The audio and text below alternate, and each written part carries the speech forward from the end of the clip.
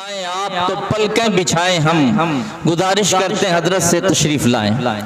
इसके साथ एक ऐलान ज़रूरी है। जलसे के मुंतज़िमीन ने साइकिल स्टैंड का जो नज़्म किया है, जो अहबाब मोटरसाइकिल और साइकिल लेकर आ रहे हैं, उन्हें चाहिए कि मुंतज़िमीन के मशवरे के मुताबिक अपनी गाड़ियां खड़ी करें। उसी में आप हजरात के लिए भी सहूलत है और इंतज़ाम करने वालों के लिए भी सहूलत है। इसके अलावा और भी एक ऐलान है, यहाँ स्टेज के दाहिनी तरफ पिंडाल के अंदर मस्जिद बिलाली के ताउन के लिए स्टेज बना हुआ है। जो हजरात ताउन करना चाहे जलसे के इख्तिताम पर और उस पिंडाल में पहुंचकर ताउन फरमाएं। जो लोग खड़े हैं बैठ जाए। आखिर जलसे तक ये ऐलान करना ये अच्छा नहीं मालूम होता। ये जलसा आपका है, आपको चाहिए कि संजीदगी के साथ बैठ जाएं और जलसे के खत्म होने तक बैठे रहें। जब दुआ हो तब यहाँ से निकल कर जाएं। बैठ जाए जल्दी से। ये बाअदब लोगों की मजलिस है। ये मुबारकपुर की सरजमीन जहाँ के लोग तालीम याफ्ता लोग हैं। आप हजरात से गुजारिश है कि आप हजरात बैठ जाएं। किसी तरह आप लोगों के लिए मुनासिब नहीं खड़े रहना, बैठे अपनी जगहों पे बैठ जाएं। इतनी दूर दराज से बड़ी मुश्किलों और मशक्क़तों को बर्दाश्त करके हमारे मेहमानान किराम हमारी दावतों पर यहाँ तशरीफ लाए हैं। हमारी अच्छी तहजीब लेकर के जाएंगे और मुल्क के कोने कोने में उसका तज़किरा करेंगे। आप तशरीफ रखें, अपनी अच्छी तहजीब का सबूत दें, बैठे आखिर तक। अल्हम्दुलिल्लाह नहमदुहु व नस्तईनुहु व नस्तगफिरुहु व नु'मिनु बिही व नतवक्कलु अलैहि व नऊज़ु बिल्लाहि मिन शुरूरि अनफुसिना व मिन सय्यिआति अअमालिना मन यहदिहिल्लाहु फला मुदिल्ल लहु व मन युद्लिल फला हादिय लहु व नशहदु अन ला इलाहा इल्लल्लाहु वहदहु ला शरीका लहु व नशहदु अन्न सय्यदना व नबियना व हबीबना व शफीअना व सनदना व इमामना व मौलाना मुहम्मदन अब्दुहु व रसूलुहु सल्लल्लाहु अलैहि व अला आलिहि व सहबिहि व बारक व सल्लम तस्लीमन कसीरन कसीरा। अम्मा बाद फ़अऊज़ु बिल्लाहि मिनश शैतानिर रजीम। बिस्मिल्लाहिर रहमानिर रहीम। वल्लाहु यअसिमुका मिनन नास। सदक़ल्लाहु मौलानल अज़ीम। व क़ाला नबिय्यु सल्लल्लाहु अलैहि वसल्लम यमनअनी मिनका रब्बी अल्लाह। औ कमा क़ाला अलैहि सलातु वस्सलाम। सुब्हानल्लाहि व बिहम्दिहि सुब्हानल्लाहिल अज़ीम व बिहम्दिहि अस्तगफिरुल्लाह। सल्लल्लाहु अला सय्यिदिना मुहम्मद सल्लल्लाहु अलैहि वसल्लम। अल्लाहुम्मा सल्लि अला सय्यिदिना मुहम्मद या रब्बी सल्लि अलैहि वसल्लिम। मुहम्मद के ख़साइल को मैं कैसे यूं बयां कर दूं कि बहरे बेकरा कोई कूज़े में रवां कर दूं। कोई भी दावा कर सकता नहीं ऐसी रवानी का। समंदर से समझ लेना ये कतरा एक पानी का। महफिल ज़िक्रे नबी का मंज़र कैसा लगता है। सामने खुद हो जैसे आका ऐसा लगता है। कूचे में से तार के क्यों है लोगों का इतना हुजूम। कूचे में से तार के क्यों है लोगों का इतना हो जो उनकी दीद का सारा ज़माना प्यासा लगता है, सामने खुद हो जैसे आका ऐसा लगता है। उनकी सखावत का क्या कहना, वो है बड़े जवाद। उनकी सखावत का क्या कहना, वो है बड़े जवाद। उनकी अता का एक कतरा भी दरिया लगता है, सामने खुद हो जैसे आका ऐसा लगता है। इतना खूबसूरत जलसा है कि लग रहा है कि जलसा नहीं इज्तिमा है। बहुत अजीम सामईन, चमकती हुई टोपी, चमकती हुई पेशानी, मैं दिल से दुआ करता हूँ अल्लाह आपके मुकद्दर को चमकाए। यहाँ से लेकर के वहाँ तक सुनने के लिए तैयार है? जोश के साथ हाथ उठाइए इंशाअल्लाह। नबी की खातिर उंगली कटा करके गर्दन बचाएंगे, हाथ उठा दीजिए इंशाअल्लाह। यही देखना था। खैर, दो चार सवाल हैं आपकी खिदमत में आ रहे हैं, बहुत ध्यान से सुनिएगा। खाना काबा कहाँ है, नबी का रोज़ा कहाँ है, दोनों के दरमियान में फासला क्यों है? ये मेरा पहला सवाल है। दूसरा सवाल है कि बयाबान में, रेगिस्तान में लाखों करोड़ों कबूतर कहाँ से आए? मक्के में लाखों करोड़ों कबूतर कहाँ से आए? अल्लामा ज़रक़ानी के हवाले से ये दूसरा सवाल है। अल्लाह के रसूल को कुरान ने चराग कहा है, चांद नहीं कहा है, इसकी क्या वजह है? ये मेरा तीसरा सवाल है। नबी के इशारे से चांद के दो टुकड़े हुए, वो दो टुकड़े अलग ही हैं या अल्लाह ने मिला दिए? ये मेरा चौथा सवाल है। अल्लाह ने मेराज में नबी को बुलाया, दो वजह से, वो पहली और दूसरी वजह क्या है? ये मेरा पांचवा सवाल है। और आखिरी सवाल है, जिस साल नबी पैदा हुए उस साल 64 लाख मुरब्बा मील जमीन पर किसी माँ ने बेटी को जन्म नहीं दिया, सबने बेटे को जन्म दिया। इसकी क्या वजह है? ये आखिरी सवाल है। सो करके सुनेंगे, हाथ उठा दीजिए इंशाअल्लाह। खैर, अगर आपने ये गलती की तो हम जनाजा पढ़ा ही देंगे। ध्यान से सुनिएगा, तेजी के साथ निकल जाएगा। खाना काबा मक्के में है और नबी का रोज़ा मदीने में है, दोनों के दरमियान में 450 किलोमीटर का फासला है। अल्लाह ने इतना बड़ा फासला क्यों रखा? जहां खाना काबा है वहीं अगर नबी का रोज़ा होता तो आशिक का दिल टुकड़े टुकड़े हो जाता। इसलिए अल्लाह ने अपने नबी के रोज़े को खाना काबा से फासले पर रखा है। दूसरा सवाल आपकी खिदमत में था, मक्का बयाबान है, रेगिस्तान है, इस इलाके में लाखों करोड़ों कबूतर कहाँ से आए? अल्लामा ज़रक़ानी फरमाते हैं, गारे सौर में जब नबी आए ईमान बचाने के लिए तो नबी की हिफाजत में कबूतर के जोड़े ने अंडा दे दिया था। नबी की हिफाजत में जिस कबूतर के जोड़े ने अंडा दिया था उसी की नस्लों में अल्लाह ने बरकत दिया। लाखों करोड़ों कबूतर जो नजर आ रहे हैं मक्के में, उसी जोड़े की नस्ल है। तीसरा नमूना आपकी खिदमत में था कि अल्लाह ने अपने नबी को चांद नहीं कहा, चराग कहा। चराग और चांद में बराबर एक खूबी है, रोशन करता है, दूसरे को भी खुद रोशन होता है, दूसरे को रोशन करता है। लेकिन एक खूबी जो चराग के अंदर है वो चांद के अंदर नहीं है।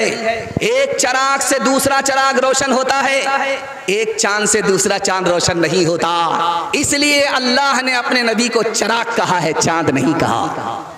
नबी ने इशारा किया, चांद के दो टुकड़े हो गए, वो दो टुकड़े आज तक अल्लाह ने अलग रखे हैं, मिलाया नहीं, ताकि अपने नबी का मौजज़ा क़यामत तक बाकी रहे, ख़त्म ना हो जाए।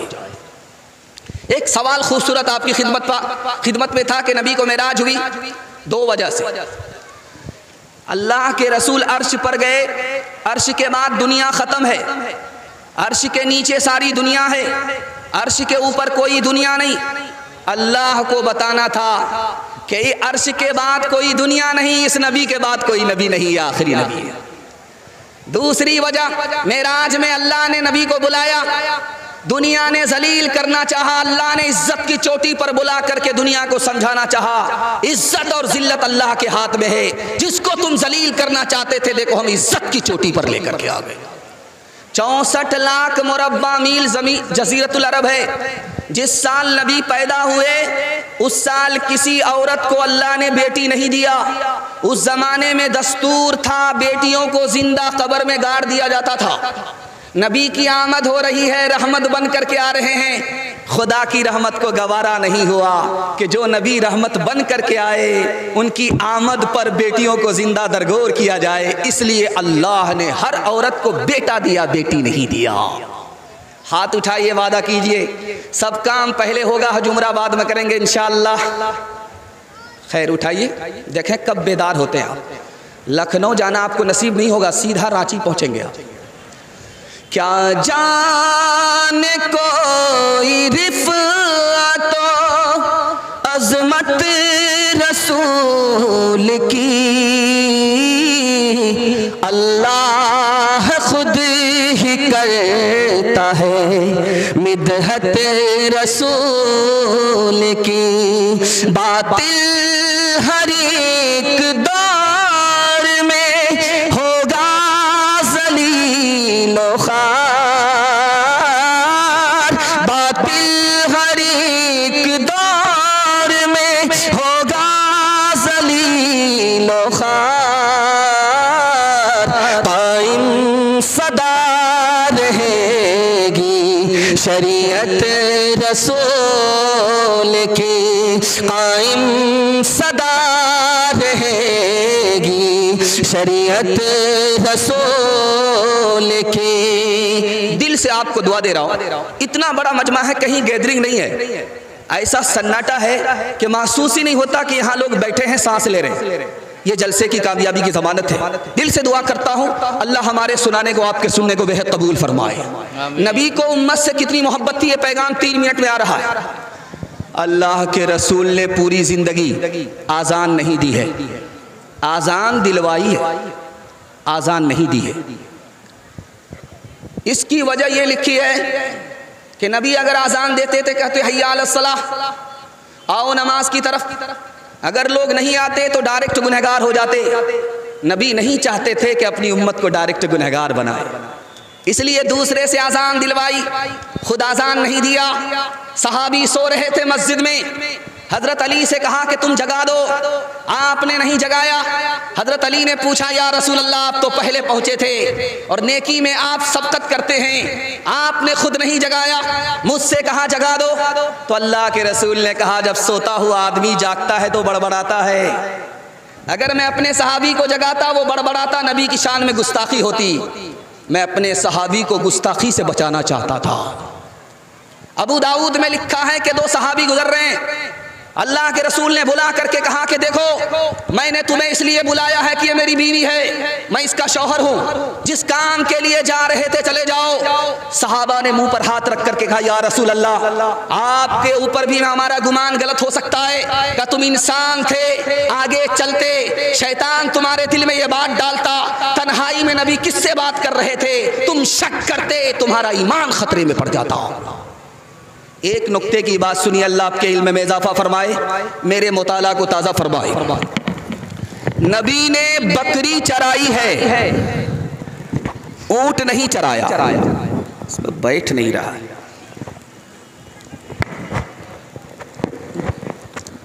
नबी ने बकरी चराई है, ऊंट नहीं चराया।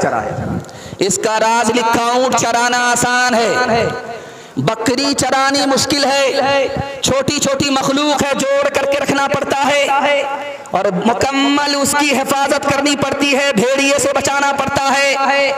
नबी को उम्मत हवाले की जाने वाली है। पहले बकरी चरवाई, उसके बाद नबी बनाया।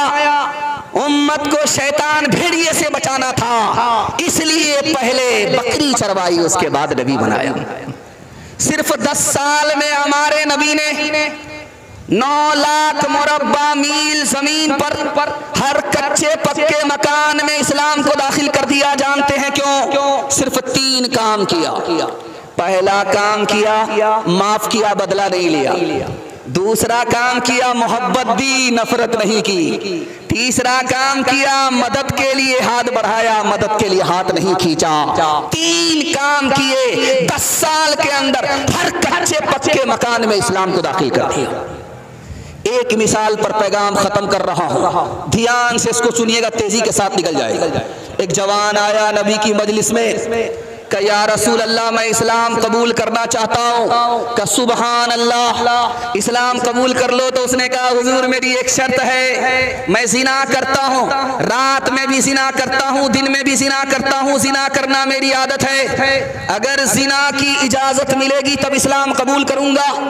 अल्लाह के रसूल हकीम थे, हिकमत से बात किया, दिमाग लगा करके बात किया। ओ जवान, तुम कलमा पढ़कर मुसलमान हो जाओ, मैं तुमको जिना की इजाजत देता हूं। सहाबा हैरत में पड़ गए कि ये क्या हो रहा है। जब वो जवान कलमा पढ़कर मुसलमान हो गया कि एक पंथ 2 काज, एक वक्त में 2 काम करूंगा, तो अल्लाह के रसूल ने फरमाया ओ जवान मेरी भी शर्त सुन लो, 4 औरत को छोड़ करके जिससे चाहो मुंह काला करो। वो किसी की बेटी ना हो, वो किसी की बीवी ना हो, वो किसी की बहन ना हो, वो किसी की माँ ना हो। या रसूल अल्लाह इजाजत दे रहे हो या जाल में फंसा रहे हो? का गौर करो, तुम्हारी माँ के साथ कोई जिना करे उसको दुनिया में नहीं रहने दोगे। तुम्हारी बेटी के साथ कोई मुंह काला करे उसको फांसी पर चढ़ा दोगे। तुम्हारी बीवी और बहन के साथ कोई मुंह काला करे उसकी हस्ती को फना कर दोगे। लेकिन याद रखो, तुम जिस औरत के साथ मुंह काला कर रहे हो वो भी किसी की माँ है, वो भी किसी की बेटी है, वो भी किसी की बहन है, वो भी किसी की बीवी है। नबी आते रहे आखिर में नबियों के इमाम आए, वो दुनिया में खुदा का आखिरी पैगाम ले आए, झुकाने आए बंदों की जबी अल्लाह के दर पे, सिखाने आदमी को आदमी का एहतराम आए। वो आए जब तो अज़मत बढ़ गई दुनिया में इंसान की, वो आए जब तो बंदों को फरिश्तों के सलाम आए, वो आए जब तो बंदों को फरिश्तों के सलाम आए। 3 मिनट का पैगाम आपकी खिदमत में आ रहा है और बड़ी बेदारी के साथ आप सुन रहे हैं। इसके लिए आपको मुबारकबादी देता हूँ और दिल से दुआ करता हूँ अल्लाह हम सब के दिल में नबी की अजमत और मोहब्बत पैदा फरमाए। तीसरा पैगाम है, सुनने के लिए तैयार है? अमल करेंगे? मरने के बाद हाथ उठा दीजिए इंशाअल्लाह। खैर उठाइए, खैर दी, समझ में आ रहा है। तीसरा पैगाम आपकी खिदमत में आ रहा है, तेजी के साथ निकल जाएगा। 3 तरह के लोग जन्नत में जाएंगे। पहला आदमी जो जन्नत में जाएगा बगैर हिसाब किताब के चला जाएगा। कबूलियत की घड़ी है, दुआ कीजिए अल्लाह उनमें हम सबको शामिल फरमाए। दूसरा आदमी जो जन्नत में जाएगा, कैसे जाएगा? हिसाब तो होगा मगर हल्का फुल्का, इधर हल्का फुल्का हिसाब हुआ, उधर जन्नत में पहुंच गया। अल्लाह उनमें हम सबको शामिल फरमाए। और तीसरा आदमी जन्नत में कैसे दाखिल होगा आपको हैरत होगी। सीरत का जलसा है, नबी की अजमत के हवाले से आप सुन लें। उसकी गाड़ी फंस जाएगी, उसको रोक लिया जाएगा। रात का अलग हिसाब लूंगा, दिन का अलग हिसाब लूंगा, जवानी का अलग हिसाब होगा, मालदारी का अलग हिसाब होगा, सेहत तंदुरुस्ती का अलग हिसाब होगा। वो फंस गया, उधर नबी आ गए, उधर उसकी गाड़ी फंसी, इधर नबी की शफात मिली, गाड़ी निकल गई, जन्नत में पहुंच गया। अल्लाह नबी की शफात से हम सबको महरूम न फरमाए। एक बात नुक्ते की, जन्नत में जाने के बाद भी अफसोस होगा। जन्नत ऐसी जगह है जहां गम नाम की कोई चीज ही नहीं है, अफसोस नाम की कोई चीज नहीं है। लेकिन जन्नत में जाने के बाद अफसोस क्यों होगा? हैरत होगी। अफसोस किन लोगों को होगा? नबी की मजलिस थी, नबी का नाम आता था, दरूद नहीं पढ़ते थे। जब जन्नत में जाएंगे तो मकाम व मर्तबे से महरूम हो जाएंगे। तो दुनिया में मौका हाथ से चला गया, जन्नत में जाने के बाद भी अफसोस होगा। इतना बड़ा मजमा है। हजरत थानवी ने पूछा, दुआ कीजिए अल्लाह उनकी कब्र को नूर से भर दे। इतना बड़ा मजमा है। उन्होंने पूछा कि लोगों तुम जन्नत में क्यों जाना चाहते हो? तो एक ही जवाब हजरत ने दिया कि जन्नत में क्यों जाना चाहते हैं लोग? दुनिया में नबी का दीदार नहीं हो रहा, नबी से मुलाकात नहीं हो रही। एक ही जगह जन्नत है जहां नबी का दीदार भी होगा, नबी से मुलाकात भी होगी। इसलिए हम आशिकाने रसूल जन्नत में जाने की तमन्ना करते हैं। एक आखिरी मिसाल है, ये दिल्ली है। दिल्ली की जामे मस्जिद आज भी मौजूद है। उस मस्जिद का नाम क्या है तारीख में? कुव्वतुल इस्लाम।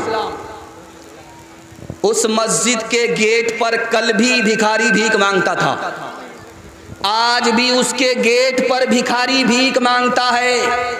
लेकिन उस जमाने का जो भिखारी था वो आशिके रसूल था।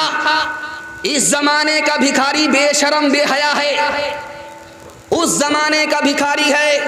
अंग्रेज आया मस्जिद को देखने के लिए, पैसे की थैली गिर गई, उस भिखारी ने हाथ से उसको उठाया, अंग्रेज को ढूंढना शुरू किया। बहुत मुद्दत के बाद अंग्रेज हाथ आया, उसने वो थैली वापस दे दी। तो अंग्रेज हैरत से कहने लगा कि तुम पागल हो या बेवकूफ हो? अगर इस थैली को रख लेते तो 17 नस्ल को भीख मांगने की नौबत नहीं आती। तुम बेवकूफ हो या पागल हो? क्या हो? उस आशिक ने क्या जवाब दिया है? जमीन के नीचे, पैर के नीचे से जमीन निकल जाएगी। उसने कहा कि याद रखो, मैंने इतनी बड़ी दौलत पर लात इसलिए मारी, मैं नबी का उम्मती हूं, तुम हजरत ईसा के उम्मती हो। अगर तुम्हारी थैली मैं रख लेता, वापिस नहीं करता, तो अल्लाह की अदालत में मुकदमा होता। हमारे नबी एक तरफ खड़े होते, तुम्हारे नबी एक तरफ खड़े होते। जब उस अदालत में यह साबित होता कि नबी के उम्मती ने हजरत ईसा के उम्मती का पैसा मार लिया, तो मेरे नबी का सर झुक जाता और हमारे नबी को जन्नत में जाने में देर होती। इसलिए मैंने तुम्हारी दौलत पर जूता मार दिया। क्यों चांद में खोए हो, उलझे हो सितारों में, आका को मेरे ढूंढो कुरान के पारों में। रिज़वा तेरी जन्नत को फुर्सत जो मिले देखो, फुर्सत जो मिले देखो, खोई है मेरी आँखें तैबा के नज़ारों में। क्यों चांद में खोए हो, उलझे हो सितारों में, आका को मेरे ढूंढो कुरान के पारों में। थक गए हैं तो दोनों हाथ उठा दीजिए, उठाइए उठाइए, जब जलसा खत्म होने दीजिए, उसके बाद मुलाकात करते हैं। अभी सिर्फ 3 पैगाम हमारे निकले हैं, आप थक गए। अभी तो आपको मैदान फतह करना है। चौथा पैगाम सीरत के हवाले से आखिरी पैगाम आपकी खिदमत में रखने के लिए जा रहा है। एक आदमी इतना बड़ा कारनामा कर रहा है कि बगैर हवाई जहाज के हवा में उड़ रहा है, लेकिन जिंदगी में सुन्नत नहीं है। जुनैद बगदादी रहमतुल्लाह अलैह फरमाते हैं, ये मक्खी के बराबर तो हो सकता है, अल्लाह का वली नहीं हो सकता। कफन चोर ने इमाम औज़ाई से आकर के बताया, हुजूर मैंने 80% मुसलमानों के मुर्दे को खोद करके देखा, कफन खींचा, 80% मुर्दे का चेहरा किबले की तरफ नहीं था। इमाम औज़ाई ने फरमाया ये वो लोग थे मरने के बाद किबले की तरफ चेहरा रखा गया था और सुन्नत के मुताबिक उनको लेटाया गया था। चेहरा किबले की तरफ था लेकिन किबले से मोड़ दिया गया इसलिए कि नबी की सुन्नत से जिंदगी भर मुंह मोड़ते थे। अल्लाह ने मरने के बाद किबले से मुंह मोड़ दिया। ये जलसा जब ख़त्म होगा तो लोग घर जाए। घर जाने के बाद लोग सोएंगे। 4 तरीके से सोएंगे। 3 तरीका सुन्नत के खिलाफ, एक ही तरीका सुन्नत के मुताबिक। जो सुन्नत के खिलाफ उसका ऐब क्या है दिखाने के लिए जा रहा, जो सुन्नत के मुताबिक है उसका हुनर दिखाने के लिए जा रहा। एक आदमी तो चित जा कर के सो जाएगा, सीना ऊपर होगा, पीठ नीचे होगी। ये हारने वाली की हालत है। पहलवान जब अखाड़े में लड़ते हैं, जो 4 चित हो गया वो हार गया। नबी ने अपने उम्मती के लिए हारने वाले की हालत को पसंद नहीं किया, जीतने वाले की हालत को पसंद किया। इसलिए चित लेटना सुन्नत के खिलाफ है। दूसरा तरीका क्या है सोने का? लोग सोएंगे, पेट के बल सोएंगे, पेट नीचे पीठ ऊपर। ये तरीका भी सुन्नत के खिलाफ है। क्यों? नबी को पता है ये जहन्नम में जाने वाले की हालत है। अल्लाह के रसूल ने अपने उम्मती के लिए जहन्नमी की हालत को पसंद नहीं किया, इसलिए सुन्नत के खिलाफ। तीसरा तरीका क्या है? बाईं करवट पर लोग लेटेंगे। जब दिल होता है बाईं करवट पे तो दिल दब जाता है, तो दबा करके नींद आती, और ऐसी नींद आती है कि आंख भी बंद हो जाती है, कान भी नहीं खुलते, आज़ान की सदा नहीं पहुंचती, इसलिए सुन्नत के खिलाफ है। अब एक ही तरीका रह गया सुन्नत के मुताबिक। इसका हुनर देखिए। जब आदमी सुन्नत के मुताबिक लेटा तो दिल लटक गया। जब दिल लटकता है तो आंख सोती है, कान जागते हैं। जब मस्जिद की सदा आती है तो कान में पहुंचती है, इसलिए सुन्नत के मुताबिक है। हाथ उठाइए, वादा कीजिए आज आज़ान सुनेंगे, कल नमाज पढ़ेंगे। बिल्कुल सही जा रहा, हाथ उठा दीजिए इंशाअल्लाह। खैर, हम आपको रांची पहुंचा करके छोड़ेंगे। ध्यान से सुनिएगा, तेजी के साथ निकल जाएगा। आखिरी नमूना आपकी खिदमत में आ रहा है। मस्जिद से आज़ान की सदा लग रही है। अल्लाह के रसूल के सामने हजरत आयशा आ गई। आपने कहा मनंती तू कौन है? कहा मैं आयशा। कहा कौन आयशा है? कहा अबू बकर की बेटी। कहा कौन अबू बकर की बेटी है? कहा अबू कहाफा के बेटे। कहा कौन अबू कहाफा के बेटे? डर के मारे भाग। बाद में आकर के कहा या रसूल अल्लाह, मैं आपकी बीवी, आपने मुझे नहीं पहचाना। अबू बकर यारे गार, आपने यारे गार को नहीं पहचाना। अबू कहाफा, अबू बकर के वालिद, आपने उनको नहीं पहचाना। तो अल्लाह के रसूल का जवाब सुनिए और वादा कीजिए कि इंशाअल्लाह मरते दम तक अल्लाह की बंदगी करेंगे इंशाअल्लाह।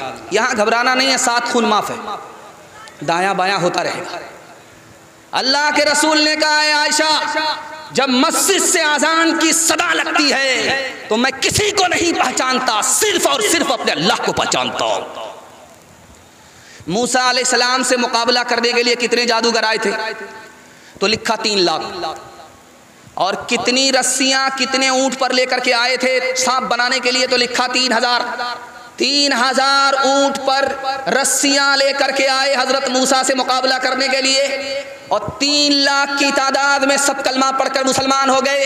हजरत मूसा ने पूछा या अल्लाह, ये क्या हुआ? जो मेरे मुखालिफ थे वो मुआफिक कैसे हो गए? कलमा पढ़कर मुसलमान कैसे हो गए? अल्लाह की तरफ से जवाब आया, मूसा वो तुम्हारी नकल उतारने के लिए आए थे, तुम्हारा कपड़ा पहन करके आए थे, तुम्हारी दाढ़ी रख करके आए थे, तुम्हारा बाल था, तुम्हारी लाठी थी, वो तुम्हारी नकल उतार रहे थे, इसलिए मेरी रहमत ने गवारा नहीं किया, तुम्हारी नकल पर चलने वाले को जहन्नम में दाखिल कर दो। इस हिंदुस्तान में आप देखेंगे मुसलमानों की तादाद इतनी ज्यादा है जैसे आसमान पर सितारे, और इस हिंदुस्तान में आप देखेंगे सिखों की तादाद इतनी कम है जैसे आटे में बाल। लेकिन सिखों को इज्जत मिल रही है, मुसलमान कदम कदम पर जलील है। इसकी 2 वजह है। सिख में 2 खूबी है, वो मुसलमान में नहीं है। आप यहां से लेकर के मुबारकपुर से लेकर के पंजाब तक दिखाइए, कोई सिख भीख मांगता हुआ नजर आ रहा? एक भी नहीं आएगा। लेकिन मुसलमान में हट्ठा कट्ठा उल्लू का पट्ठा, भीख का कटोरा लेकर के अल्लाह के नाम पर दे दो, अल्लाह के नाम पर दे दो। पूछने वाले ने कहा, ये भीख मांग रहे हो या फुटबॉल खेल रहे हो? शर्म नहीं आती भीख इस तरह मांगते हो? का किस बात की शर्म? मेरा दादा नेशनल फ़कीर था और मेरा बाप इंटरनेशनल फ़कीर है। ये ख़ानदानी पेशा है। आपको सिखों की खूबी दिखा रहा हूँ। मुबारकपुर से लेकर के पंजाब तक कोई सिख आपको भीख मांगता हुआ नज़र नहीं आए। और दूसरी खूबी दिखाने के लिए जा रहा हूँ, सिख चाहे छोटी दाढ़ी रखें या बड़ी दाढ़ी रखें, सर पर पगड़ी और दाढ़ी ये बराबर होगी। सब चीज छोड़ देंगे लेकिन दाढ़ी और पगड़ी नहीं छोड़ेंगे। जिन्होंने दीन और धर्म को पकड़ा, अल्लाह ने इज्जत की चोटी पर पहुंचा दिया। जिसने दीन और धर्म को ठोकर मारा, अल्लाह ने उनको ठोकरों में डाल दिया। हाथ उठाइए, वादा कीजिए बीवी से पूछ करके दाढ़ी रखेंगे इंशाअल्लाह। हाथ उठाइए। खैर वोटर लिस्ट में नाम नहीं है, खड़ा होकर के हाथ उठा रहा है। गैरों के जैसी है सूरत तुम्हारी, तुम हो मुसलमान नरिया के नारी, तुम हो मुसलमान नरिया के नारी। खतरे में है तेरे मजहब की शान, हरे मुसलमान, हरे मुसलमान। फिल्मी चलन से तुम्हें दोस्ती है, कौले मोहम्मद से क्यों दुश्मनी है, कौले मोहम्मद से क्यों दुश्मनी है। कासिर खुदा का, कासिर खुदा का है ये इम्तिहान, हरे मुसलमान, हरे मुसलमान, हरे मुसलमान, हरे मुसलमान। सीरत के हवाले से पैगाम खत्म हो गया, नबी की तालीम के हवाले से पैगाम है। बहुत खूबसूरत सुन रहे हैं आप, आपकी चमकती हुई पेशानी, जबान की रफ्तार बता रही है, आप मोहब्बत से सुन रहे हैं। अल्लाह हमारे सुनाने को, आपके सुनने को बेहद कबूल फरमाए। ध्यान से सुनिएगा। जब मुसीबत आती है मुसलमान पर तो सब्र करता है, जब राहत आती है तो शुक्र करता है, शिकवे शिकायत नहीं करता। मुख्तसर सा पैगाम 3 मिनट का आपकी खिदमत में आ रहा। एक मुसलमान पर अल्लाह ने 3 एहसान फरमाए। पहला एहसान ये है कि हमको इंसान बनाया, अगर बंदर बना देता तो क्या बिगाड़ लेता। दूसरा एहसान ये फरमाया कि हमारी कोई कुर्बानी नहीं इस्लाम की खातिर, हमारी कोई कीमत नहीं इस्लाम की खातिर, मुफ्त में अल्लाह ने इस्लाम की दौलत देकर मुसलमान बनाया। तीसरा एहसान ये फरमाया कि आखिरी नबी की उम्मत में पैदा फरमाया ताकि शफाअत से महरूम ना हो जाएं। मालिक ने एक मुसलमान पर 3 एहसान फरमाए। जब खाना आता है, खाते हैं, तो आप गौर कीजिएगा 1 मिनट के लिए, एक खाने पर अल्लाह 6 एहसान फरमाता है।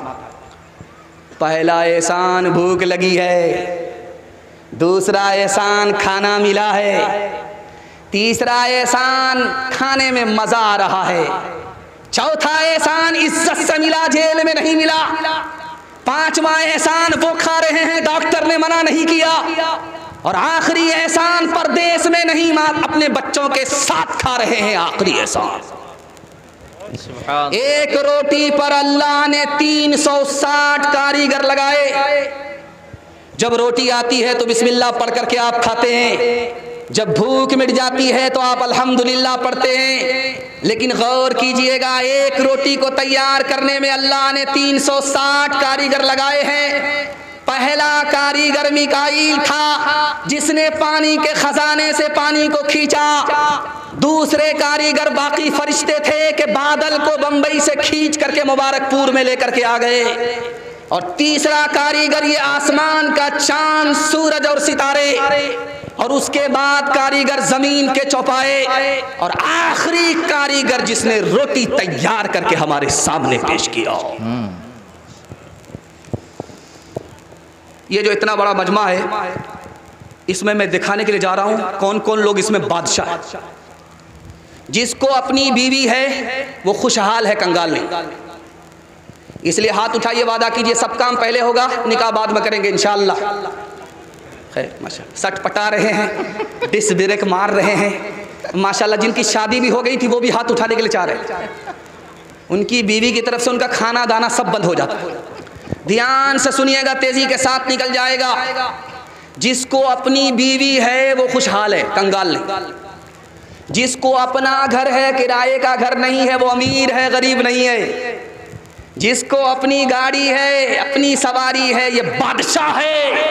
बादशाह होकर के परेशान क्यों है? अपने हाथ से परेशान है, वक्त से पहले मांगता है, किस्मत से ज्यादा लेना चाहता है, दूसरे की दौलत पर नजर रखता है। बहुत माशाअल्लाह। खजूर का एक दाना मिला साहिल को, कहने लगा एक अकेला चना क्या भाड़ फोड़ेगा, छोड़ करके भाग करके चला गया। दूसरा साहिल आया, खजूर का दाना मिला, कहने लगा सुभान अल्लाह, माशाअल्लाह, अल्हम्दुलिल्लाह, ये खजूर को मैं नहीं देख रहा हूं बल्कि देने वाला हाथ रसूलुल्लाह का हाथ है, मैं इसको देख रहा हूं। नबी की मजलिस से छींक आई एक साहब को, तो अल्लाह के रसूल ने कहा यरहमुकल्लाह। दूसरे को छींक आई, आपने कुछ नहीं कहा। वो साहबी कहने लगे या रसूल अल्लाह, आपने मुझे दुआ नहीं दी, मुझको आपने भुला दिया। तो अल्लाह के रसूल का जवाब सुनिए। जिस आदमी को पहली बार छींक आई थी उसने अल्हम्दुलिल्लाह कहा, खुदा को याद रखा, और तुमको छींक आई, तुमने खुदा को भुला दिया, इसलिए मैंने भी तुम्हें भुला दिया। सुबह का वक्त था, रोटी और चटनी खा रहा था, तो हर लुकमा में बोलता सुभान अल्लाह, दूसरे लुकमे में कहता माशाअल्लाह, तीसरे लुकमे में कहता है अल्हम्दुलिल्लाह। बगल का आदमी बोला कुरमा खा रहे हो, बिरयानी खा रहे हो, इतना सुभान अल्लाह पढ़ोगे तो खुदा की आदत ख़राब हो जाए, तो रोज़ तुमको बिरयानी के बजाय बासी रोटी खिलाएगा। हाथ उठाइए, वादा कीजिए, मुसीबत में सब्र करेंगे, राहत में शुक्र करेंगे। हाथ उठाइए, इंशाअल्लाह बिल्कुल सही जा रहा है। अगर सब्र नहीं होगा खुदकुशी करेंगे, हाथ उठाइए इंशाअल्लाह। खैर माशाअल्लाह, हाँ हाँ, तादाद घटनी चाहिए। मौत से बढ़कर वो मोहब्बत का सिला देता है, रिस्क बिन मांगे भी बंदों को खुदा देता है, रिस्क बिन मांगे भी। तंग दस्ती मेरे दामन से लिपटना न कभी, तंग दस्ती मेरे दामन से लिपटना न कभी, है वो दाता मेरा हर काम बना देता है वो दाता। कुरान के हवाले से पैगाम आपकी खिदमत में। हाथ उठाइए, वादा कीजिए, अपने बच्चे को डॉक्टर बाद में बनाएंगे, प्रोफेसर बाद में बनाएंगे, पहले कुरान की तालीम से आरास्ता करके मुसलमान बनाएंगे। हाथ उठाइए इंशाअल्लाह। बहुत खूबसूरत सामीन हैं, आप इशारे को भी समझ रहे हैं, इसका मतलब है आप दिमाग से भी और दिल से जलसा सुन रहे हैं। अल्लाह हमारे सुनाने को, आपके सुनने को बेहद कबूल फरमाए। एक ही चीज़ दुनिया में है जिसका डायरेक्ट अल्लाह से ताल्लुक़ है, उसके अलावा कोई चीज़ दुनिया में नहीं जिसका डायरेक्ट अल्लाह से ताल्लुक़। एक ही मशीन है दुनिया में जो ये बताती है कि हमारा खुदा से ताल्लुक़ है कि नहीं, हमारी दुआ कबूल होती है कि नहीं, और हमारा दिल जिंदा है कि नहीं। ये एक ही चीज़ दुनिया में है, इसके अलावा कुछ नहीं है। डायरेक्ट अल्लाह से ताल्लुक, जैसे खुदा जिंदा उसी तरह वो जिंदा, जैसे खुदा बाकी उसी तरह वो बाकी, जैसे खुदा फानी नहीं वो भी फानी नहीं, सिर्फ और सिर्फ कुरान है। दुनिया का कोई आलिम बता नहीं सकता कि आपका दिल जिंदा है, दुनिया का कोई आलिम आपको बता नहीं सकता कि आपका खुदा से ताल्लुक है, दुनिया का कोई आलिम आपको ये बता नहीं सकता कि आपकी दुआ कबूल होती है। सिर्फ और सिर्फ हमारे पास कुरान है जो ये बताता है कि हमारा खुदा से ताल्लुक है कि नहीं। अगर कुरान से ताल्लुक तो खुदा से ताल्लुक, अगर कुरान से ताल्लुक नहीं तो खुदा से कोई ताल्लुक नहीं। अगर इस दिल में खुदा कुरान है तो दिल जिंदा है, दिल से कुरान निकल गया तो दिल मुर्दा है। कुरान पर अमल नहीं तो हमारी दुआ कबूल नहीं। कुरान में है कि अल्लाह की रस्सी को पकड़ो, गालिब आ जाओगे, तुम पर कोई गालिब नहीं आ सकता। वो अल्लाह की रस्सी है क्या? इब्ने अरबी रहमतुल्लाह अलैह फरमाते वो कुरान है। कुरान को पकड़ लोगे गालिब ही रहोगे, दूसरे को शिकस्त दोगे दूसरा शिकस्त नहीं दे सकता। तस्बीह में और तिलावत में क्या फ़र्क है? ख्वाजा निज़ामुद्दीन औलिया अल्लाह रहमतुल्लाह अलैह फरमाते हैं एक फ़र्क है, कोई अगर तस्बीह पढ़ करके खुदा के पास पहुंचता है तो जल्दी पहुंचता है, लेकिन जल्दी जुदा हो जाता है, ये मुमकिन है। मगर कुरान से अगर कुरान की तिलावत से खुदा तक पहुंचना चाहे देर में पहुंचता है, देर में ज़रूर पहुंचता है, लेकिन जब पहुंच जाता है तो कभी जुदा नहीं होता। ये कुरान की तिलावत है। एक जवान था, शादी हुई, 1 साल हो गया बाल बच्चा नहीं, दूसरा साल आया बाल बच्चा नहीं, तीसरा साल हुआ बाल बच्चा नहीं। लोगों ने कहा कैसा जवान है, शादी हो गई कैलेंडर छप ही नहीं रहा। मुंह छुपा करके लोगों से गुजरता है, रात के सन्नाटे में हाथ उठा करके दुआ करता है, मालिक लोगों से कितना मुंह छुपाऊंगा, बेटा ना दो, एक बेटी दे दो, वादा करता हूं जब उसकी शादी होगी, जब उसको रुखसत करूंगा, दुनिया की हर दौलत देकर के रुखसत करूंगा। कबूलियत की घड़ी घूम रही थी, उसको बेटी मिल गई। जब बेटी जवान हुई, शादी का वक्त आया, जेब में फूटी कौड़ी नहीं, शर्मिंदा हुआ, इमाम शाफी रहमतुल्लाह अलैह के पास आया, कहा हुजूर मैं झूठा हो गया। करे क्या हुआ? कहा कि मैंने खुदा से वादा किया था कि बेटी की शादी पर दुनिया की हर दौलत देकर के रुखसत करूंगा, लेकिन मेरे पास तो दौलत ही नहीं है। कह रहे बेवकूफ़ हो, दुनिया की सबसे बड़ी दौलत तुम्हारे पास मौजूद है। कहा हुजूर मेरी गरीबी का मजाक क्यों उड़ा रहे हो? कहा सबसे बड़े मालदार तुम हो। जब तुम्हारी बेटी अभी शादी के लिए तैयार हो गई है तो उसको कुरान की तालीम दो, और जब वो रुखसत होकर के तुम्हारे यहाँ से जाने लगे तो कुरान भी साथ में दे दो। याद रखो कुरान की दौलत के मुकाबले में दुनिया की कोई दौलत नहीं हो सकती। हाथ उठाइए, वादा कीजिए, बेवकूफ़ मदरसे में, अक्लमंद स्कूल में, हाथ उठाइए, इंशाअल्लाह खैर इंशाअल्लाह। तब तो जिंदगी भर हाफिज नहीं बनेगा। हर दम बरस रहे हैं अनवार मदरसों में, आकर तो कोई देखे एक बार मदरसों में, गुफ्तार मदरसों में, किरदार मदरसों में, दिन भर तिलावतें हैं, दिन भर तिलावतें हैं, सब भर इबादतें हैं, होता नहीं कोई दिन एतवार मदरसों में, होता नहीं कोई दिन एतवार मदरसों में। आधा जलसा मेरे हिस्से का निकल गया।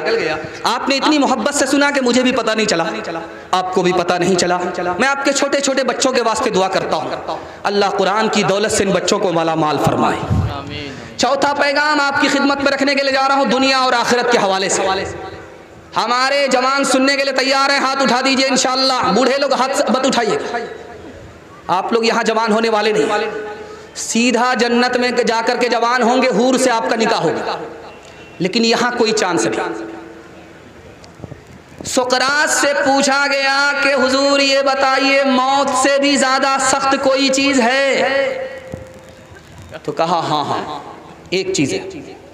मौत से ज्यादा सख्त कौन सी चीज है? दुनिया तो यही जानती है कि मौत सबसे ज्यादा सख्त है। सुकरात ने कहा कि मौत से ज्यादा सख्त ये जिंदगी है, हर मुसीबत इसी जिंदगी पर आती है, मौत से मुसीबत से नजात दिला देती है। मूसा अलैहिस्सलाम ने अल्लाह से पूछा, मालिक जब मखलूक को पैदा करते हो तो मारते क्यों? तो अल्लाह की तरफ से जवाब आया, मूसा जब तुम खेती करते हो तो उसको काटते क्यों? का इसलिए काटता हूं ताकि भूसे से दाना अलग हो जाए। तो अल्लाह की तरफ से जवाब आया, मैं मखलूक को पैदा करके मौत इसलिए देता हूं ताकि बुरे से अच्छों को निकालूं।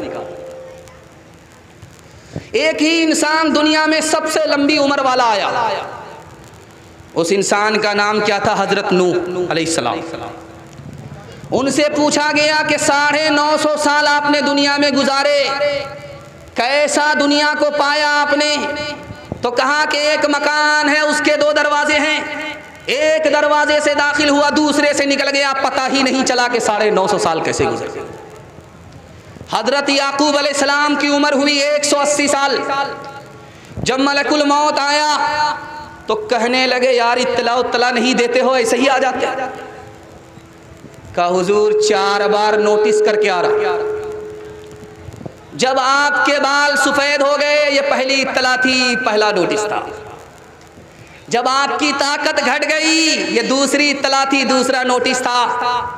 और जब आप लाठी पर आ गए, कमर झुक गई, ये तीसरी नोटिस थी, तीसरी इत्तला थी। और जब आपको नाती पोता आ गया ये आखिरी इत्तला थी, आखिरी नोटिस। ख्वाब में देखा कि मुंह के सारे दांत गिर गए। मुअब्बिर को बुला करके पूछा कि बात क्या है, भयानक ख्वाब देखा हूं कि मुंह के दांत गिर गए। कहा कि तुम्हारा खानदान तुम्हारे सामने तबाह हो जाए। कहा कितना बड़ा नालायक आदमी है, कैसी खबर सुना रहा है, इस मनहूस को जेल में डाल। दूसरे को बुला करके पूछा कि मैंने ख्वाब देखा है मुंह के दांत गिर गए। तो कहा मुबारक हो, बड़ा अच्छा ख्वाब है, पूरे खानदान में सबसे लंबी उम्र तुम्हारी होगी। बड़ा खुश हुआ कि इसका मुंह मीठा करो, इसने मेरा दिल मीठा कर दिया। कमर झुक के मिसले कमानी हुई, कमर झुक के मिसले कमानी हुई। कोई नाना हुआ कोई नानी हुई, कोई नाना हुआ कोई नानी हुई। उनके बालों में गालिब सफेदी हुई, उनके बालों में गालिब सफेदी हुई। कोई दादा हुआ कोई दादी हुई, कोई दादा हुआ कोई दादी हुई। मजमा बहुत बहुत तवील है और बहुत लंबा है और बहुत अजीम है। और उनके लिए मैं अजीम दुआ करता हूँ, अल्लाह इनको दीन दुनिया दोनों की भलाई से माला माल फरमाए। एक मुझे कोई मौका नहीं मिलता, सिर्फ 3 मिनट का अगर मौका मिलता, मैं आपको पैगाम सुना करके जाता, आप उसकी हिफाजत कर लेते, तो मैं गारंटी ले करके जाता कि ये जलसा कामयाब हो गया। वो पैगाम मैं अब सुनाने के लिए जा रहा हूँ। आपको अगर मालदार बनना है, अपनी मालदारी को बचाना है, आपको अगर मालदार बनना है, अपनी मालदारी को बचाना है, तो आपको सिर्फ 2 कान करने होंगे। दिल की डायरी पर इसको नोट करना होगा, हलाल कमाना होगा, हिसाब से खर्च करना होगा। मैं मसनद रसूल पर गारंटी लेकर के जाता हूं, दुनिया आपके पीछे होगी, दुनिया आपको पीछे नहीं कर सकती। मगर 2 ही काम करना है, हलाल कमाना है, हिसाब से खर्च करना है। मुशरिक थे, खाना काबा का तवाफ चल रहा है, कपड़ा उतार करके तवाफ कर रहे हैं। पूछने वाले ने पूछा, अरे बदबख्त, कपड़ा होते हुए भी अल्लाह के घर का तवाफ नंगा करते हो? उस मुशरिक ने क्या जवाब दिया? वो हमारे मुंह पर तमाचा है। उसने कहा ये कपड़ा हराम का है, इसलिए उतार करके खाना काबा का तवाफ करता हूँ। और हम कपड़ा पहन करके भी, मुसलमान हो करके भी हलाल को हलाल ना समझे, हराम को हराम ना समझें, तो जूते किसको पड़ेंगे? एक खास बात और सुनिए, बहुत काम किए। आपको बाजार जाने को दिल करता है लेकिन मस्जिद जाने को दिल नहीं करता। आप नाफरमानी करने में आपको मजा आ रहा है लेकिन नेकी करने में आपको मजा नहीं आता। जानते हैं क्यों? 2 वजह से। अगर गुनाह है तो नेकी की तरफ आपका कदम नहीं बढ़ेगा। अगर हराम खा रहे हैं, कमा रहे हैं, तो नेकी की तरफ आपका कदम नहीं उठेगा। कारी मोहम्मद तैयब साहब रहमतुल्लाह अलैह फरमाते हैं, इस दौर में वली कौन है जो हलाल कमाए, हलाल खाए? इस दौर का जुनैद है, इस दौर का शिबली है। हैरत की बात यह है कि जो कीमती जूता होता है वो मस्जिद से उड़ जाता है। इसका मतलब है टोपी पहन करके भी लोग जूता चोरी करते। शाह मोहम्मद इसहाक साहब रहमतुल्लाह अलैह मुहद्दिस थे, मस्जिद में आते थे कीमती से कीमती जूता पहन करके, उनका जूता नहीं उठता था। लोगों ने कहा हुजूर क्या करामत आपकी है? कहा मैं जब आता हूं मस्जिद में तो नियत कर लेता हूं ये चोर के लिए हलाल, और हलाल चोर के मुकद्दर में है ही नहीं। एक आदमी दूध में पानी मिलाकर के बेचता था, 99 दिन चोर के 1 दिन कोतवाल। बटुआ में पैसा था, साइकिल से दूध बेच करके आया, हाजत हुई, क़ज़ाए हाजत, पाकड़ के दरख्त के नीचे साइकिल को रखा, बटुआ को रखा, चला गया। ऊपर बंदर बैठा हुआ था, नीचे आया, बटुआ लेकर के ऊपर चला गया। बटुए से सिक्का निकाल करके देख रहा कि असली कौन है, जाली कौन। उसने हाथ जोड़ करके कहा कि महाराज ये सिक्का तुम्हारे काम का नहीं है, हमको दे दो। तो एक सिक्का इधर फेंका, दूसरा सिक्का जो हाथ से छूटा, टभाक से आवाज आई, बड़ा मजा आया। दूसरा सिक्का फेंकना शुरू किया, तीसरा सिक्का फेंकना शुरू किया। मुफ्ती महमूद हसन गंगोही रहमतुल्लाह अलैह लिखते हैं कि एक सिक्का वो जमीन के ऊपर दहियार को देता था, दूसरा सिक्का वो समंदर में फेंकता था। ये समझ गया कि हुजूर अब समझ में आया, जो पानी का पैसा था वो पानी में गया, जो दूध का पैसा था वो ऊपर हो गया। हाथ उठाइए, वादा कीजिए, लूट करके लाएंगे, कूट करके खाएंगे इंशाअल्लाह। ये दुनिया दो रंगी है, ये दुनिया दो रंगी है। एक तरफ अंधी दौलत की पागल ऐश परस्ती, एक तरफ जिस्मों की कीमत रोटी से भी सस्ती। एक तरफ है सोना गाछी, एक तरफ है सोना गाछी, एक तरफ चौरंगी है। ये दुनिया दो रंगी है, ये दुनिया दो रंगी है, ये दुनिया दो रंगी है, ये दुनिया दो रंगी है। जवानों के हवाले से पैगाम 5 मिनट का गुजार रहा हूं, हमारे जवान सुनने के लिए तैयार? हाथ उठाइए इंशाअल्लाह। जवानी में सोएंगे, बुढ़ापे में जागेंगे। हाथ उठाइए इंशाअल्लाह। खैर माशाअल्लाह बेदार ज्यादा हो गए हैं माशाअल्लाह। मैं इसी के लिए आपको तैयार कर रहा था। अल्हम्दुलिल्लाह बेदार ज्यादा है, बेखबर कम है। दुआ करता हूं अल्लाह दीन दुनिया दोनों की भलाई से हम सबको मालामाल फरमाए। जवानों के हवाले से पैगाम है, इसको ध्यान से सुनिएगा, तेजी के साथ निकल जाएगा। एक जवान आया मस्जिद में, हाथ उठा करके दुआ कर रहा, मालिक छप्पर फाड़ करके दे दो, लूट करके लाए, कूट करके खाएं। हजरत उमर ने सुन लिया, कहा ओ जवान क्या दुआ कर रहे थे? कहा हुजूर आपने सुन लिया, जाने दीजिए, आशिक की दुआ। हजरत उमर ने कहा कि ओ जवान याद रखो, मस्जिद में दुआ कर रहे हो, दुआ करो शौक से, लेकिन मेहनत के लिए, कमाने के लिए तुमको मस्जिद से बाहर निकलना पड़ेगा। अगर सिर्फ दुआ करोगे, मेहनत के लिए मस्जिद से बाहर नहीं निकलोगे, ये सुन्नत के खिलाफ है। इसलिए कि आसमान से सोना नहीं बरसता, आसमान से चांदी नहीं बरसती। रात के वक्त में आप मोबाइल की टॉर्च मारिए जमीन पर, दीवार पर, तो कोई चीज हरकत में नजर नहीं आएगी सिवाय चूटी के। सारी दुनिया सो रही है, ये चूटी क्यों जाग रही है? हजरत सुलेमान अलैहिस्सलाम ने जवानों को इसका फलसफा बताया। ओ जवानों, चूटी से नसीहत पकड़ो। ये चूटी रात में जाग रही है, रोजी कमा रही है, इसको पता है कि सैलाब आने वाला है, उसके लिए अभी से कमाना है। इस चूटी को पता है कि सर्दी आने वाली है, उसके लिए अभी कमाना है। चूटी ने पहले से कमा करके रखा, जान भी बचाई, जहान भी बचाया। अगर महंगाई से बचना चाहते हो, अपनी कौम को बचाना चाहते हो, तो रात दिन एक करके चूटी की तरह हलाल कमाना पड़ेगा। ये छोटे छोटे बच्चे हैं, मेरी उम्र पक्की नहीं है, तजर्बा बताने की नहीं है, कच्ची है, दाढ़ी कच्ची है, लेकिन किताबों में तजर्बा लिखा है। इन छोटे छोटे बच्चों पर आप 3 एहसान करते हैं, लेकिन किसी एहसान को ये याद नहीं रखेंगे, भूल जाए। पहला एहसान क्या करते हैं? आप अच्छा से अच्छा खाना खिलाते हैं, ये बच्चे भूल जाए। दूसरा एहसान आप ये करते हैं कि बच्चे को अच्छा से अच्छा कपड़ा पहना रहे हैं।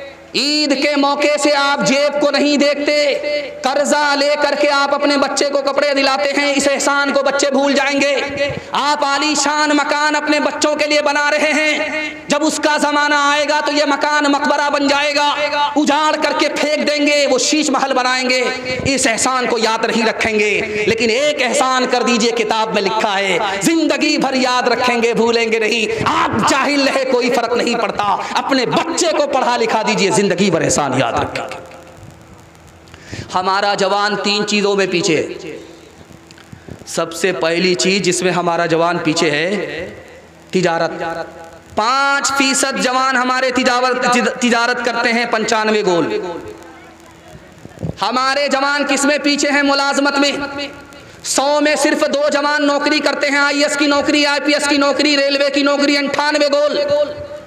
और हमारा जवान किसमें पीछे? कलेजा मुंह को आ जाएगा, खून के आंसू रोएंगे।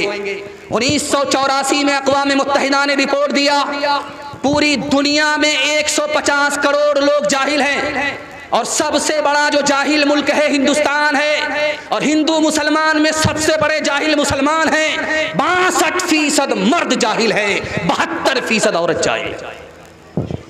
हारून रशीद के दरबार में एक जवान आया, सुई को गाड़ करके धागा से निशाना मारा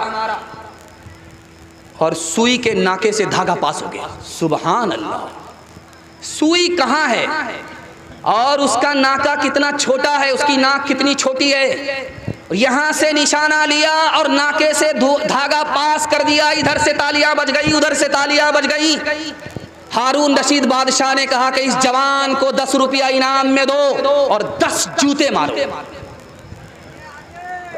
अब लोगों के कान खड़े हुए कि भाई 10 रुपया इनाम तो इसलिए मिला, कारनामा दिखाया, लेकिन जूते क्यों पड़ रहे हैं? तो हारून रशीद ने कहा जूते इसलिए पड़ रहे हैं कि बेकार काम में इसने अपनी जवानी को बर्बाद कर दिया। अगर ये इल्म हुनर के पीछे जाता तो दुनिया इसके पीछे होती। ये भीख मांगने पर मजबूर नहीं होता। हाथ उठाइए, वादा कीजिए, नौकरी नहीं तो तालीम नहीं। हाथ उठाइए, इंशाअल्लाह। खैर, माशाअल्लाह माशाअल्लाह, मुकम्मल बेदार है। दुआ करता हूँ आपके बच्चों के लिए, अल्लाह इल्म से और हुनर से माला माल फरमाए। इल्म की दौलत है सीला ज़वाल, जिसके आगे गंज कारो पाईमाल। इल्म से इंसान पाता है तमीज़, इल्म से है आदमी हर दिल अज़ीज़। इल्म को ज़िस्त का उन्वान बनाए रखना, तुम किताबों से सदा अपने, तुम किताबों से सदा घर को सजाए रखना। इल्म से इल्म को ज़िस्त का उन्वान बनाए रखना, तुम किताबों से सदा घर को सजाए रखना। ये जिहालत के अंधेरे तो पिघल जाएंगे, ये जिहालत के अंधेरे तो पिघल जाएंगे। शम्मे इल्म अदब यूं ही जलाए रखना, शम्मे इल्म अदब यूं ही जलाए रखना।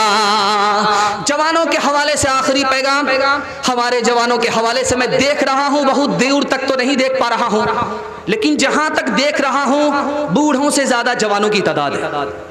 अल्लाह हमारे जवानों को दीन का हाफिज, दीन का मुहाफिज बनाए। आखिरी पैगाम शराब के हवाले से सुना रहा हूँ, पैगाम को ख़त्म कर रहा हूँ। ये आप देख रहे हैं बोतल है, पानी की बोतल है। इस बोतल को आप यहाँ रखिए, इसमें गोश्त की बोटी डाल दीजिए। ये शराब की बोतल है,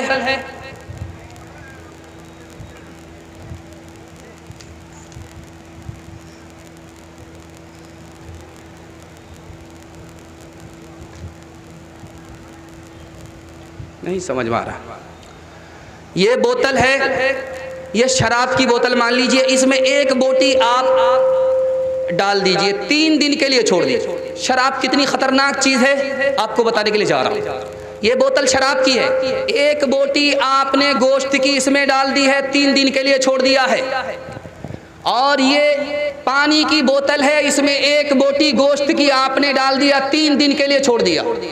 3 दिन के बाद देखिए, जिस बोतल के अंदर, पानी की बोतल के अंदर गोश्त की बोटी आपने डाली है, उसका रंग नहीं बदले।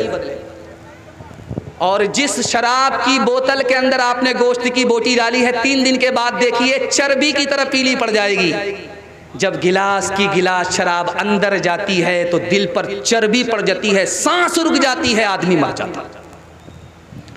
एक तजर्बे की बात और सुनिए, आपके घर में कच्चा अंडा होगा, उसको आप तोड़ करके गिलास में डालिए, तो जिस गिलास में आप डाल रहे हैं वो शराब की गिलास है, शराब का गिलास है, उसमें आप डाल रहे हैं कच्चा अंडा। कच्चा अंडा तोड़ करके शराब के गिलास में डालिए, वो ऐसे टाइट हो जाएगा जैसे आग पर उबला हुआ अंडा। इससे अंदाजा कीजिए कि शराब के अंदर कितनी आग होती है। जब अंडा टाइट हो जाता है तो अतड़ी किस तरह टाइट हो जाएगी। अल्लाह के रसूल की मजलिस में एक साहबी आए, या रसूल अल्लाह, जब शराब हराम है तो इसको बहाने से अच्छा है कि यहूदी को तोहफा में दे देते। कहा तोहफे में देना हराम। कहा या रसूल अल्लाह, नमक डाल करके सिरका बना करके इस्तेमाल करने का, सिरका बनाना भी हराम। कहा कि दवाई में इस्तेमाल कर लेते हैं, दम्मे की बीमारी खत्म हो जाएगी। कहा यह बीमारी है, इसमें इलाज नहीं है। कहा या रसूल अल्लाह, हमारे यहाँ सख्त ठंडक है, ठंडक में इस्तेमाल कर लें, ठंडी दूर हो जाएगा, ये भी, इसकी भी इजाजत नहीं है। कहा या रसूल अल्लाह, थक जाते हैं, शराब पिएंगे, थकावट दूर हो जाएगी, इसके लिए भी हराम है। कहा मैं तो मान जाऊंगा, मेरी कौम नहीं मानेगी। तो अल्लाह के रसूल ने फरमाया, अगर तुम्हारी कौम ना माने तो तलवार से मनवाना, अपने हाल पर मत छोड़ना। एक जवान दारू की बोतल लेकर के आ रहा है, सामने से हजरत उमर गुजर रहे।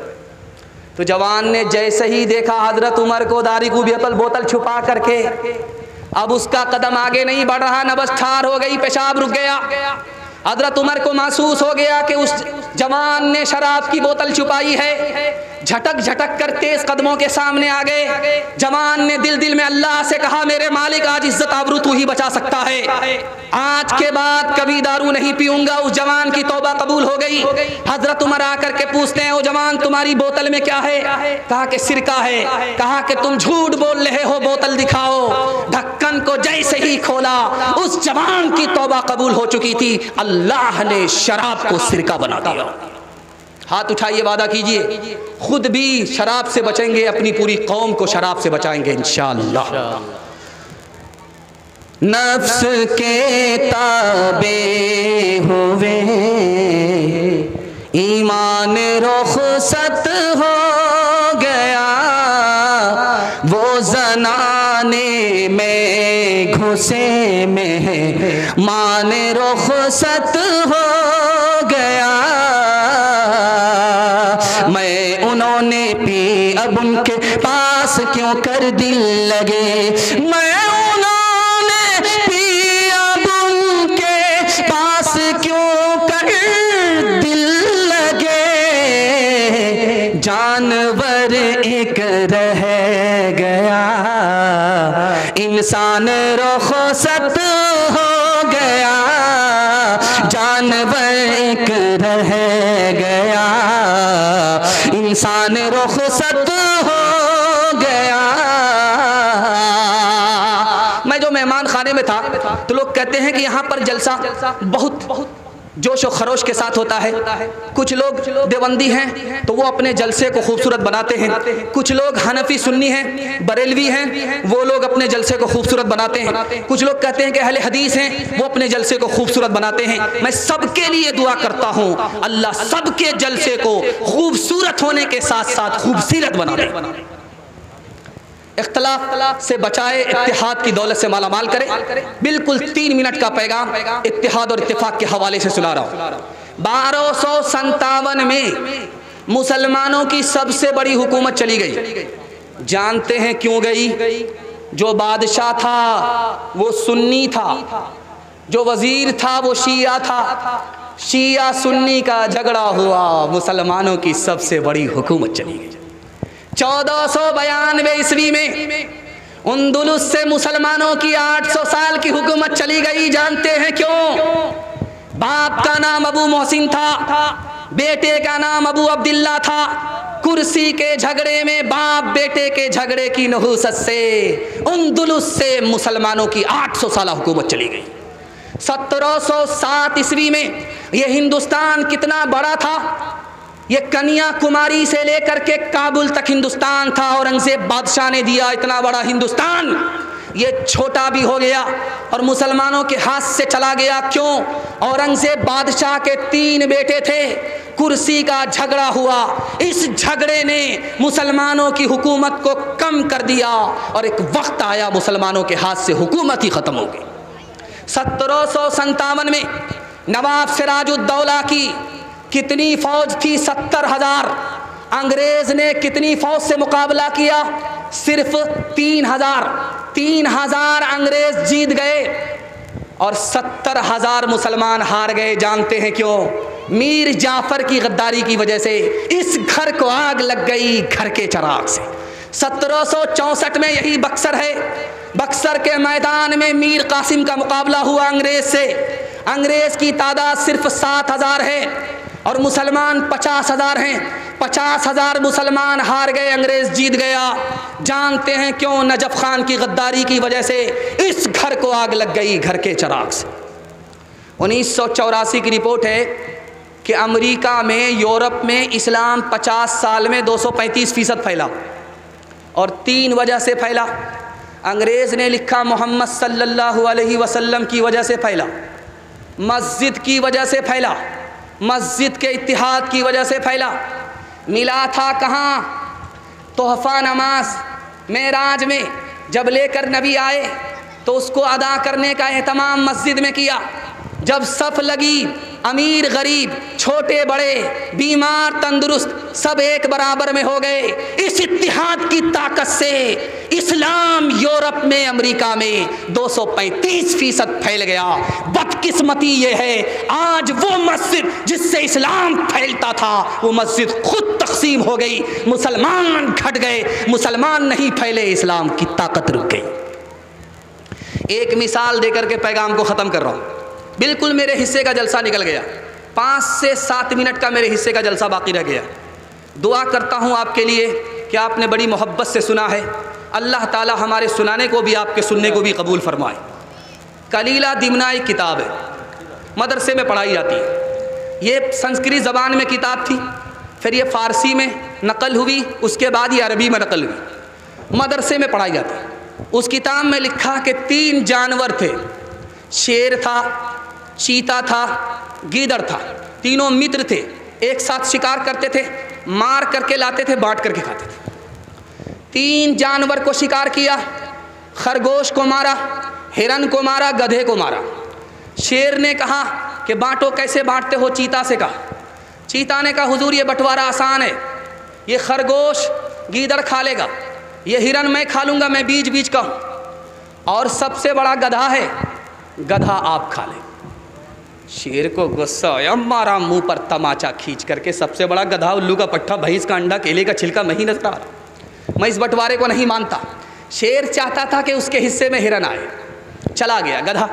उसने अब गीदड़ से कहा तुम बांटो, कैसे बांटते? कहा हुजूर बंटवारा आसान है, ये जो खरगोश है ये आपके नाश्ते में खाने का है, ये जो हिरन है ये दोपहर में खाने का है, और ये जो गधा है उल्लू का पट्टा ये रात में खाने का है। कहा कि सब मेरे लिए। कहा हुजूर आप राजा हैं, बचा तो रोज़ी, नहीं बचा तो रोज़ा। कहा सुबहान अल्लाह, कहाँ से पढ़ कर के आए? मुबारकपुर से। कितनी अच्छी तकसीम किया। कहा हुजूर कहीं से पढ़ कर के नहीं आया हूँ, उस एक तमाचे ने बता दिया कि बंटवारा कैसे होगा।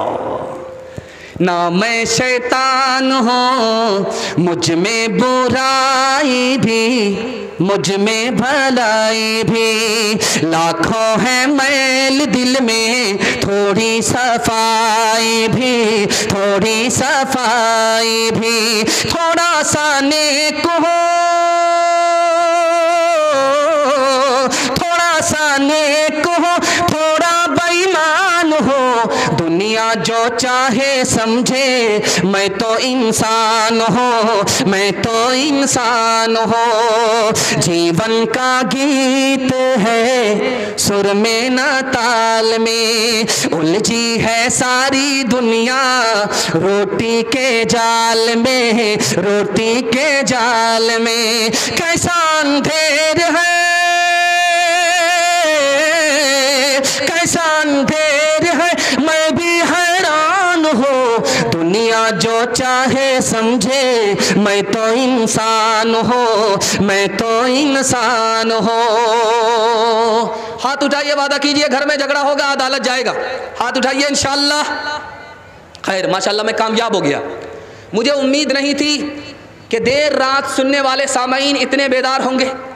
जब आप बेदार हैं और पैगाम आपने सुन लिया है, समझ लिया है, बस दुआ का मोहताज हूँ मैं भी और आप भी कि अल्लाह हम सबको इत्तिहाद और इत्तिफाक की दौलत से माला माल फरमाए। बस औरतों के हवाले से पैगाम, 3 पैगाम 5 मिनट में ज़हमत तमाम आपकी खिदमत में रखने के लिए जा रहा हूँ। सुनने के लिए तैयार हैं? हाथ उठा दीजिए इंशाअल्लाह। अपनी औरत को सर पर बिठाएंगे, हाथ उठाइए इंशाअल्लाह। आपकी हुकूमत चली जाएगी, पहली फुर्सत में चली जाएगी। अल्लाह के रसूल ने मर्द से कहा औरत की कुर्बानी तुमसे ज़्यादा है।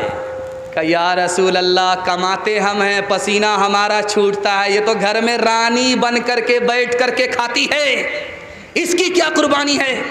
तो अल्लाह के रसूल ने बताया कि शादी से पहले अगर तुमसे कहा जाता शादी करोगे, माँ बाप को छोड़ना पड़ेगा, ख़ानदान को छोड़ना पड़ेगा, तो कुंवारे रह जाते, शादी नहीं करते। कुर्बान जाओ इस लड़की के ऊपर कि तुमसे शादी हुई, तुम्हारी खातिर सब कुछ कुर्बान कर दिया, इसकी कुर्बानी का लिहाज करना, तुमसे ज़्यादा इसकी कुर्बानी है।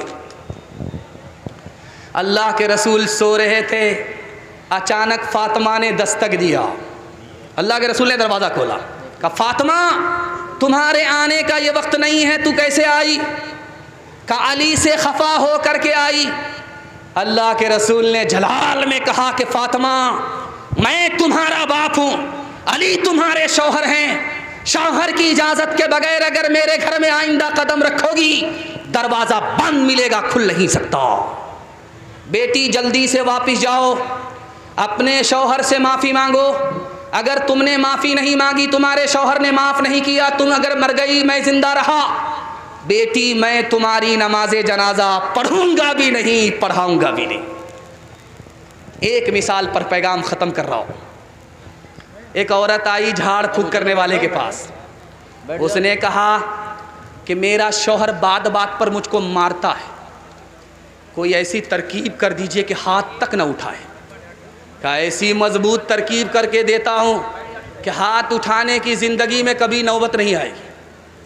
कहा कि ये पानी ले कर के जाओ, मैंने दम कर दिया है, जब आपस का झगड़ा शुरू हो जाए तो 2-4 घोंट मुंह में ले कर के बैठ जाना। अब क्या था, ज़िंदगी भर का रगड़ा झगड़ा सब ख़त्म हो गया। चूँकि तरकीब करने वाले को पता था कि औरत की ज़बान कैंची की तरह चलती है, मर्द का हाथ लाठी की तरह चलता है। अगर मर्द हाथ पर काबू कर ले, औरत ज़बान पर काबू कर ले, तो टूटा फूटा घर जन्नत जैसा बन जाता है। जो न देखा न सुना है वो हुआ करता है, अब तो बेपर का परिंदा भी उड़ा करता है। गालियाँ कोई दुआ को दिया करता है, अपना हर शख्स का किरदार हुआ करता है। अपने घर में भी सुकून से नहीं रह पाता मैं, अपने घर में भी सुकून से नहीं रह पाता मैं। रोज घर में मेरे तूफान उठा करता है, रोज घर में मेरे तूफान उठा करता है। पर्दे के हवाले से पैगाम आपकी ज़हमत तमाम। हाथ उठाइए, वादा कीजिए बहन से ज़्यादा साली पर मेहरबान होंगे इंशाअल्लाह। खैर माशाअल्लाह। ध्यान से सुनिएगा, तेज़ी के साथ निकल जाएगा। हज़रत आयशा रज़ी अल्लाह अन्हा के साथ हज़रत अबू बकर सिद्दीक रज़ी अल्लाह अन्हु बैठे हैं, तीसरा कोई नहीं है। एक तरफ बेटी, दूसरी तरफ बेटी का बाप। अल्लाह के रसूल आए, कहा अबू बकर अपनी जवान बेटी के साथ तन्हाई में मत बैठो, शैतान दूर नहीं है। दूसरे आदमी को साथ में ले करके बैठो, अपनी जवान बेटी के साथ तन्हाई में अकेले मत बैठो। हजरत उमर दरवाजे पर, बेटी घर के अंदर। पूछने वाले ने पूछा हुजूर बेटी के पास बैठते यहाँ बाहर क्यों खड़े हैं?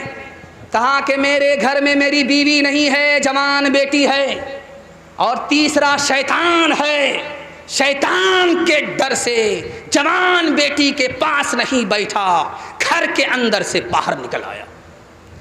तीसरे नमूने को सुनिएगा, ज़हमत तमाम। हज़रत थानवी बैठे मजमा को ख़िताब करने के लिए, एक जवान खड़ा हो गया, हुजूर नमाज पर बोलिए बहुत अच्छा, लेकिन पर्दे के ऊपर मत बोलिए, पर्दे से आज़ादी ख़त्म हो जाती है, औरत की आज़ादी ख़त्म हो जाती है। तो हज़रत ने कहा कि भाई तुम इतने खफा क्यों हो रहे हो?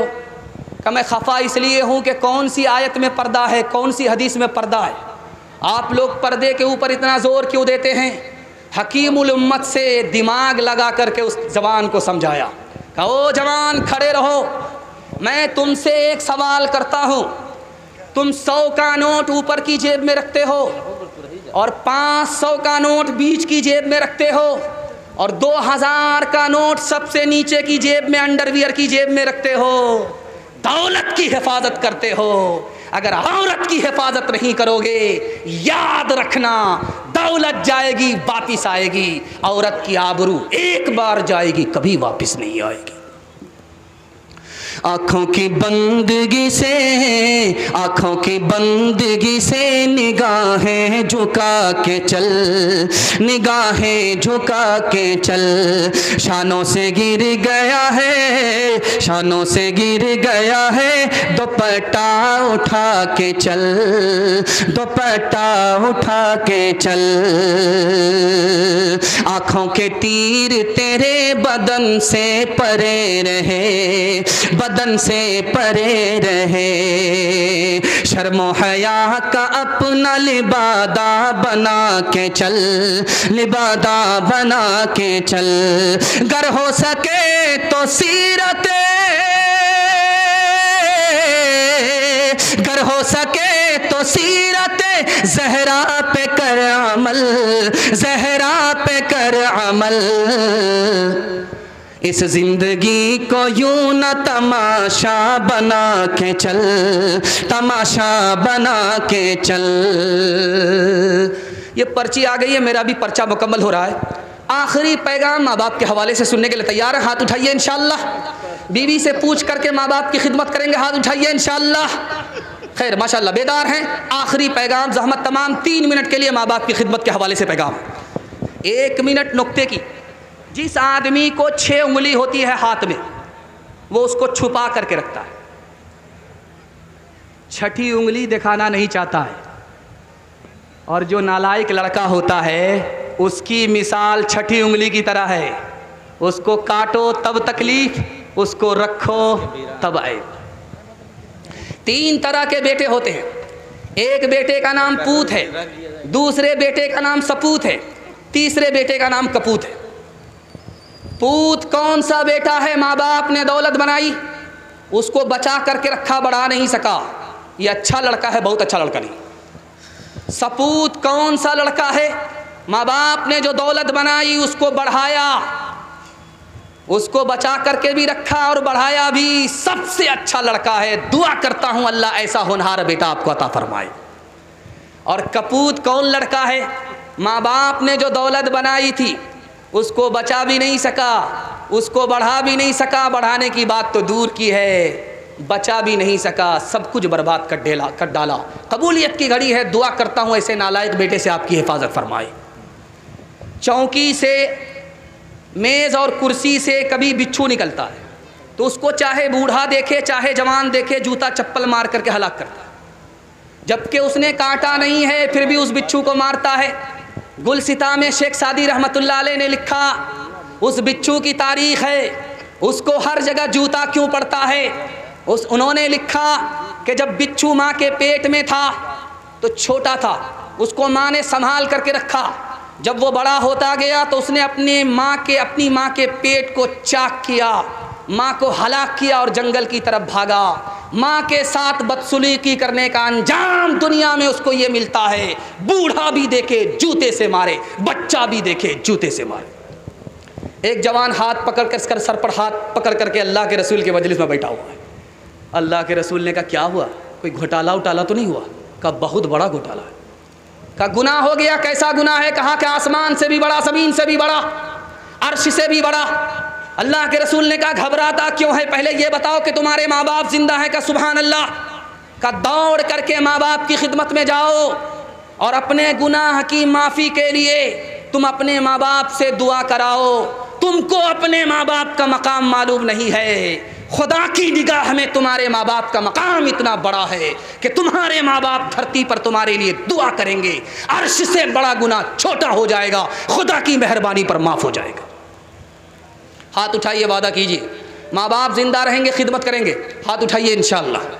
माँ बाप अगर गुजर गए तो उनके लिए दुआएं मग़फ़िरत करेंगे, हाथ उठाइए इंशाअल्लाह। इंशाअल्लाह। माँ बाप तरसे है पीने को पानी, बेटा है राजा बहू फुलवारानी, बेटा है राजा बहू फुलवारानी, बुढ़वा और बुढ़िया पे नहीं है ध्यान, है रे मुसलमान, है रे मुसलमान।